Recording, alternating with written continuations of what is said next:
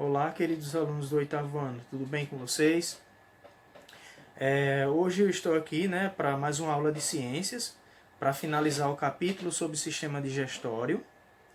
Hoje eu vou falar basicamente sobre, no caso, o intestino delgado e o intestino grosso, finalizando esse capítulo. Okay? Vou falar da digestão dos alimentos através de enzimas digestivas no duodeno. Vou falar sobre o jejum e o ilho, como também os fenômenos e os processos que acontecem da digestão no intestino grosso. A absorção de água e nutrientes, sais minerais, a formação do bolo fecal, falar sobre apêndice, entendeu? As enzimas digestivas atuando no duodeno para poder fazer a digestão final dos alimentos, a participação do fígado e do pâncreas, ok, pessoal? Então vamos lá. Ok? Para continuar com essa aula, eu tenho que explicar para vocês que eu vou mostrar através de slides, porque vocês passam a ter um entendimento melhor, vendo o caminho do alimento, onde acontece todos aqueles processos. E chega de papo e vamos para a aula. Vamos lá, caros alunos, falar agora sobre o intestino delgado e suas três porções. Ok? Vamos falar do duodeno, que é a porção inicial, que ela mede em torno de 25 centímetros, certo? E é onde acontece onde finaliza a digestão dos alimentos. Vamos falar do jejuno, vem posteriormente ao duodeno, e o ilho, que finaliza o intestino delgado, ok? Que é essa partezinha aqui de cor meio avermelhada. Ok, gente? Essa parte cinza aqui, marrom, é o intestino grosso. Então, é mais na frente que a gente vai ver, ok? Então, vamos lá. Vamos começar falando do duodeno. É onde acontece a maior parte da digestão dos alimentos, para depois passar pelo intestino delgado, que ele tem em torno de 6 metros de comprimento e 3 de diâmetro, certo? Então, a digestão começa no duodeno, na porção inicial do intestino delgado. O que vai acontecer? O alimento, quando ele vem do estômago, ele vem o bolo alimentar do estômago. Esse bolo alimentar, ele vem muito químico, chamado de quimo, aliás, desculpe. E ele vem muito acidificado. Por quê? No estômago, nós temos o suco gástrico, que é o quê? Extremamente ácido. Quando esse alimento, esses nutrientes chegam no duodeno, o que vai acontecer? Ele vai encontrar um ambiente alcalino.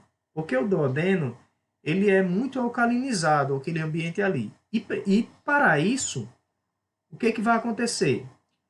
O duodeno, né, a porção inicial do intestino delgado, vai identificar que aquele alimento está muito acidificado e libera um hormônio chamado secretina. Esse hormônio manda uma mensagem na porção inicial do pâncreas para o pâncreas liberar o quê? Bicarbonato de sódio. O bicarbonato de sódio, ele é alcalino. Então, quando o pâncreas libera o bicarbonato de sódio para o duodeno, começa o quê? Deixar aquele bolo químico, aquele bolo acidificado mais básico, entendeu? Mais alcalinizado, para depois haver a digestão final desses nutrientes, como eu vou falar mais um pouquinho à frente.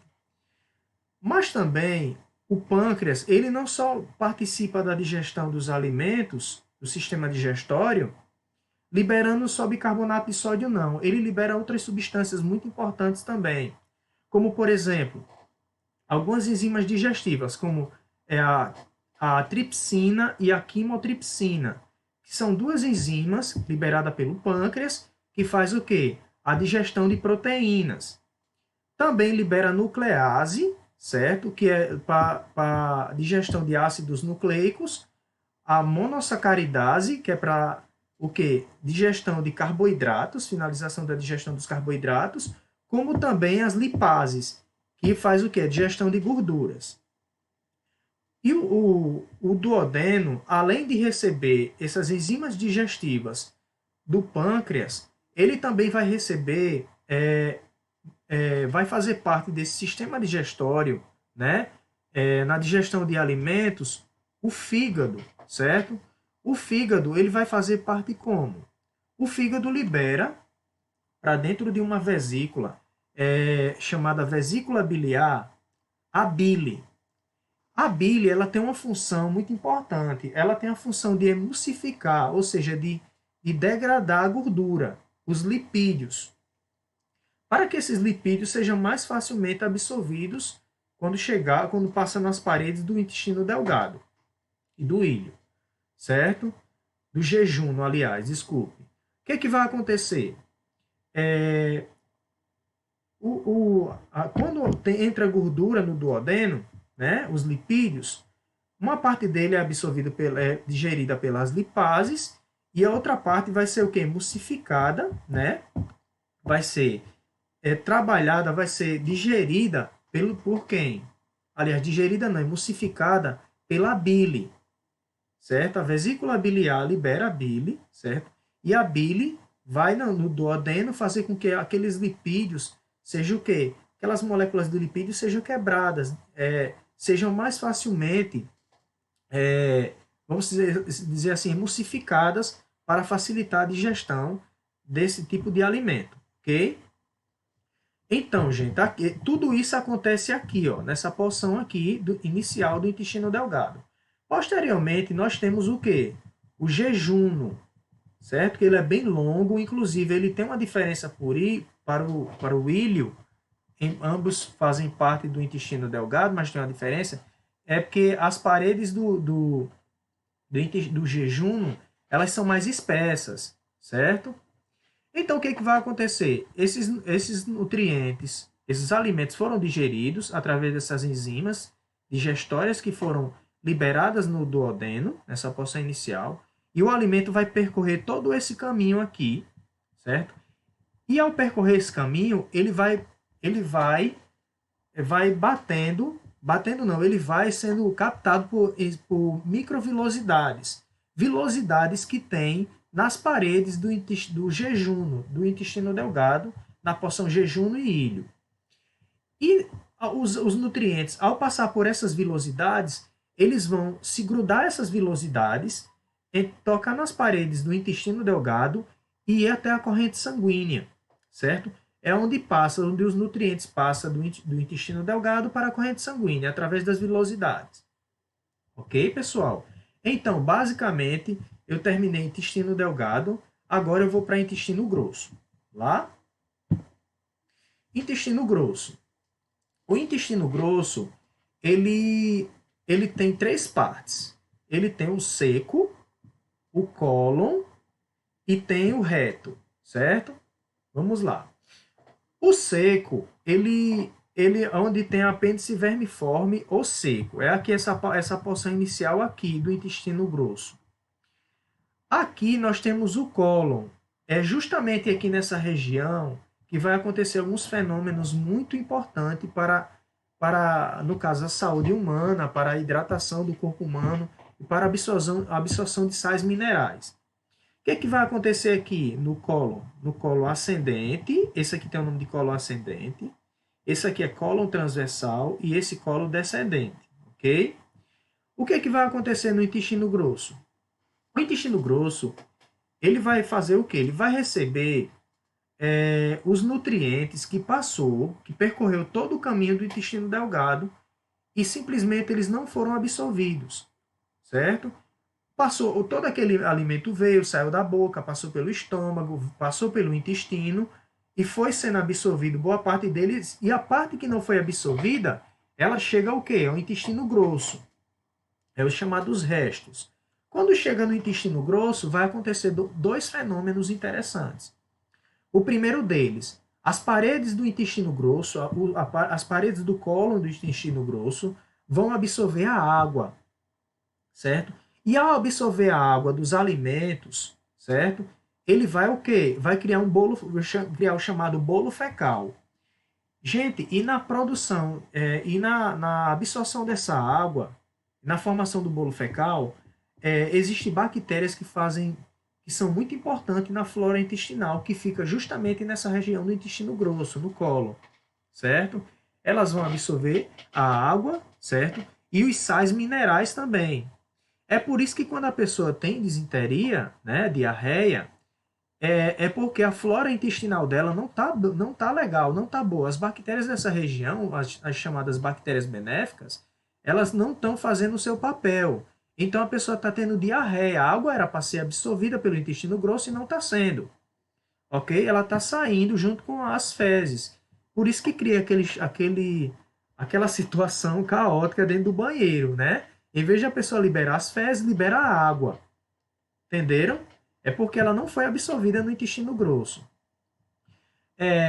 O que, que vai acontecer? Ele absorve água e sais minerais, e essa água absorvida, voltando para o corpo humano, juntamente com sais minerais, vai fazendo com que os dejetos, né, o resto dos alimentos que não foi aproveitado pelo intestino delgado, comece a ficar duro, formar o bolo fecal. E nessa região aqui é que fica o bolo fecal, no chamado reto. Um dado interessante, esse reto aqui, ele armazena o bolo fecal. Só que quando você come, né, você acaba estimulando. Por isso que tem pessoas que quando come, posteriormente dá vontade dela ir ao banheiro. Porque o nosso corpo, o nosso intestino entende que quando você está recebendo o alimento, o intestino grosso vai entender que ele precisa se livrar desse bolo fecal para receber novos nutrientes e fazer tudo que eu já tinha falado para vocês, a absorção de água e sais minerais, ok? Continuando a falar sobre o sistema digestório, mais especificamente do intestino grosso, tem essa porçãozinha aqui inicial do intestino grosso chamado de seco ou apêndice. Essa região tem pessoas que falam que o apêndice não serve absolutamente para nada. Tudo bem, no ser humano ela tem o quê? Tem células de defesa, mas que exercem função secundária. Mas em animais ruminantes, ela tem uma grande importância, porque tem bactérias nessa região desses animais, bactérias que fazem a fermentação da celulose, entendeu? E essa celulose, para ela ser digerida, ok? No intestino desses animais.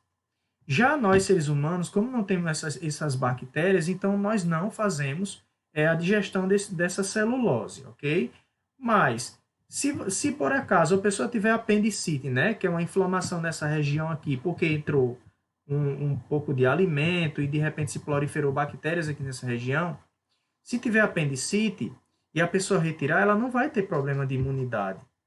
Embora tenha células de defesa aqui. Como eu disse anteriormente, isso aqui só serve como o quê? Com células de defesa secundária. Ok, gente? Não é que a pessoa, se ela tiver apendicite, ela tirar apêndice, que ela vai ficar com a imunidade sempre baixa, que ela vai ficar igual uma pessoa soropositiva ou uma pessoa que tem uma doença autoimune. Não. Entendeu? Ela vai ter a vida normal dela. Se tirar, não vai dar problema nenhum. Agora, nos ruminantes, a apêndice ou seco tem um papel fundamental na digestão da celulose, ok? Para finalizar, nós vamos fazer uma recapitulação desde o início do sistema digestório até a última aula que é hoje, ok? Como vimos no início, a digestão começa na boca. Primeiro, começa com a digestão mecânica, os dentes triturando o alimento, e também a ação de uma enzima chamada amilase salivar ou pitialina na digestão de amido, certo? Que é um carboidrato.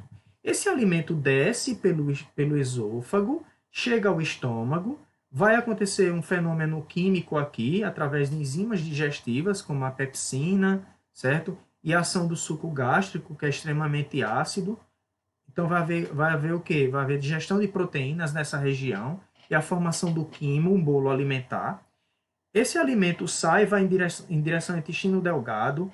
Na primeira porção do intestino delgado, chamado de duodeno, vai acontecer várias ações de várias enzimas digestivas liberadas por glândulas anéxias, como o fígado e o pâncreas. O fígado libera a bile para a vesícula biliar, que posteriormente envia para o duodeno, e o pâncreas libera o suco pancreático e libera uma série de enzimas, como a quimiotripsina, tripsina, a nuclease, a lipase, a monossacaridase, e por aí vai.